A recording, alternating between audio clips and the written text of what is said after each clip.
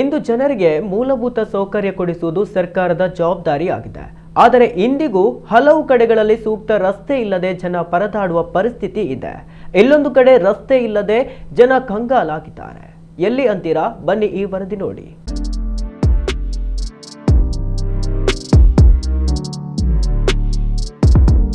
ಎಲ್ಲ ಕಡೆಯಲ್ಲಿ ನೋಡ್ತೇವೆ, ಅಭಿವೃದ್ಧಿ ಆದಂಥ ಸಂಗತಿಗಳನ್ನು ನಾವು ನೋಡ್ತೇವೆ, ಟಿವಿಗಳಲ್ಲಿ ನೋಡ್ತೇವೆ. ಆದರೆ ನಮ್ಮ ಈ ಏರಿಯಾಕ್ಕೆ ಯಾವುದೇ ರೀತಿಯ ಒಂದು ಅಭಿವೃದ್ಧಿ ಆಗಲಿ, ಯಾವುದೇ ರೀತಿಯ ಒಂದು ಸಹಾಯ ಆಗಲಿ ಇದುವರೆಗೂ ಬರಲಿಲ್ಲ.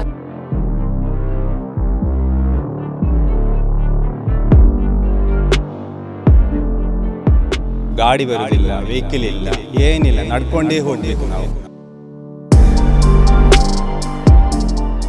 ಹೇಳ್ತಾರೆ ಸ್ವಾತಂತ್ರ್ಯ ಅಂದರೆ ಬಂದಿದೆ ಅಂತ, ಆದರೆ ಈ ಏರಿಯಾದ ಜನರಿಗೆ ಇನ್ನೂ ಸ್ವಾತಂತ್ರ್ಯ ಸಿಗಲಿಲ್ಲ. ಕಾಲುದಾರಿ ಸರಿಯಾಗಿಲ್ಲ.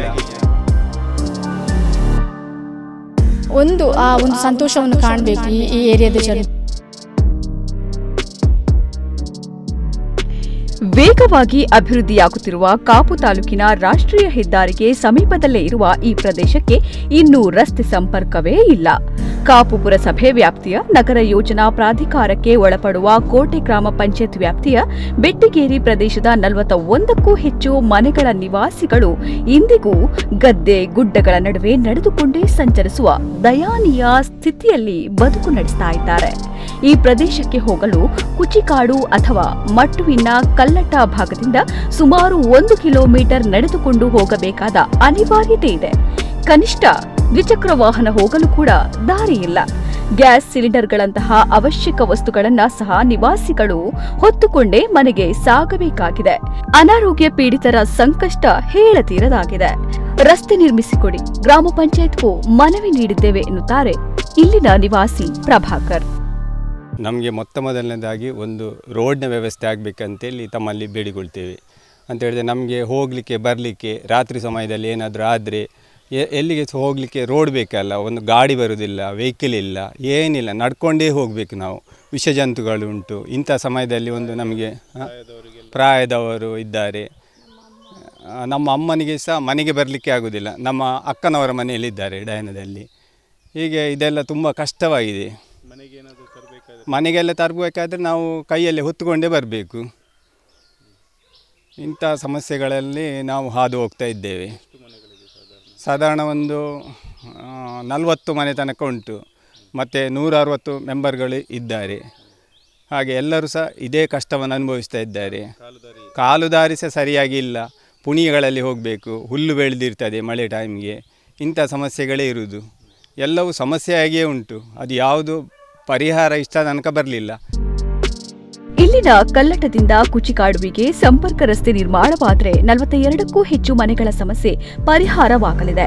ಶಾಲೆ ಕಾಲೇಜಿನ ವಿದ್ಯಾರ್ಥಿಗಳು, ಉದ್ಯೋಗಕ್ಕಾಗಿ ಹೊರಗೆ ಹೋಗುವವರು ಸಂಜೆ ಕತ್ತಲಿನಲ್ಲಿ ಗದ್ದೆ ಗುಡ್ಡಗಳ ಮಧ್ಯೆ ಸಂಚರಿಸಬೇಕಾದ ಪರಿಸ್ಥಿತಿ ಇದೆ.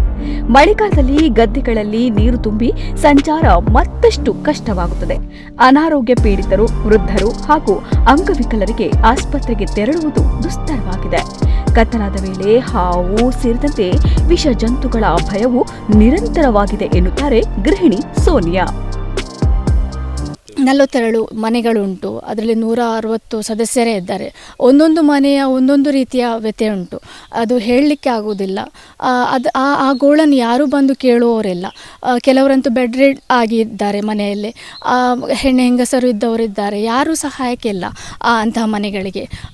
ಈ ಕೂಗನ್ನು ಅಂದರೆ ಒಂದು ಲಾಲಿಸುವಂಥ ಜನರು ಬೇಕು. ಮಳೆಗಾಲದಲ್ಲಂತೂ ತುಂಬಾ ಕಷ್ಟವನ್ನು ಎದುರಿಸ್ತೇವೆ ನಾವು. ನೆರೆ ಬಂದಾಗಂತೂ ಮನೆಯನ್ನು ಬಿಡುವಂಥ ಪರಿಸ್ಥಿತಿ ಉಂಟು. ಎಲ್ಲಿ ಹೋಗುವುದು, ಏನು ಮಾಡೋದು, ಯಾವುದೇ ಪರಿಹಾರವನ್ನು ಇದುವರೆಗೂ ಇಲ್ಲಿ ಯಾರೇ ಬಂದು ನಮಗೆ ಕೊಡಲಿಲ್ಲ. ತುಂಬಾ ಕಷ್ಟ ಉಂಟು. ಮಕ್ಕಳು ಶಾಲೆಗೆ ಹೋಗೋಗಂತೂ ಹೇಳಲಿಕ್ಕೆ ಆಗೋದಿಲ್ಲ. ಅಂದರೆ ಆ ರೀತಿಯ ಕಷ್ಟವನ್ನು ಅನುಭವಿಸ್ತಾರೆ. ಇನ್ನು ಶೂಗಳನ್ನು ಹಾಕ್ಕೊಂಡು ಹೋಗಬೇಕು ಮಕ್ಕಳು ಈ ದಾರಿಯಲ್ಲಿ. ಆ ಶೂಗಳು ಸಹ ಒದ್ದೆ. ಆ ಶೂಗಳು ಹೇಳೋದು 1 ವರ್ಷ ಆದರೂ ಬರ್ತದೆ ಅಲ್ಲ, ಮಕ್ಕಳಿಗೆ ಅದು ಬರುವುದಿಲ್ಲ. ಮತ್ತು ಮಳೆಗಾಲದಲ್ಲಿ ಮನುಷ್ಯರನ್ನು ಕವರ್ ಮಾಡುವಂಥ ಹುಲ್ಲು ಹುಲ್ಲುಗಳೇ ಬೆಳೆದಿರ್ತದೆ ಇಲ್ಲಿ, ಮತ್ತು ಜಂತುಗಳು ಇರ್ತದೆ ನೋಡಿ, ವಿಷ ಜಂತುಗಳಿರ್ತದೆ. ಕಚ್ಚಿ ಏನಾದರೂ ಆದರೆ ಅದು ಒಂದು ಕಷ್ಟವೇ. ಮಕ್ಕಳು ಟ್ಯೂಷನ್ಗೆ ಹೋಗಿ ಬರುವಾಗ ಸಹ ನಾವು ಕಾಯ್ತಾ ಇರಬೇಕಾಗ್ತದೆ, ಮಕ್ಕಳು ಯಾವ ಸಮಯಕ್ಕೆ ಬರ್ತಾರೆ ಮನೆಗೆ ಅಂತೇಳಿ. ಎಲ್ಲ ಕಡೆಯಲ್ಲಿ ನೋಡ್ತೇವೆ ಅಭಿವೃದ್ಧಿ ಆದಂಥ ಸಂಗತಿಗಳನ್ನು ನಾವು ನೋಡ್ತೇವೆ, ಟಿ ವಿಗಳಲ್ಲಿ ನೋಡ್ತೇವೆ. ಆದರೆ ನಮ್ಮ ಈ ಏರಿಯಾಕ್ಕೆ ಯಾವುದೇ ರೀತಿಯ ಒಂದು ಅಭಿವೃದ್ಧಿ ಆಗಲಿ, ಯಾವುದೇ ರೀತಿಯ ಒಂದು ಸಹಾಯ ಆಗಲಿ ಇದುವರೆಗೂ ಬರಲಿಲ್ಲ. ಹೇಳ್ತಾರೆ ಸ್ವಾತಂತ್ರ್ಯ ಅಂದರೆ ಬಂದಿದೆ ಅಂತ, ಆದರೆ ಈ ಏರಿಯಾದ ಜನರಿಗೆ ಇನ್ನೂ ಸ್ವಾತಂತ್ರ್ಯ ಸಿಕ್ಕಲಿಲ್ಲ ಇಷ್ಟು ವರ್ಷ ಆದರೂ ಕೂಡ.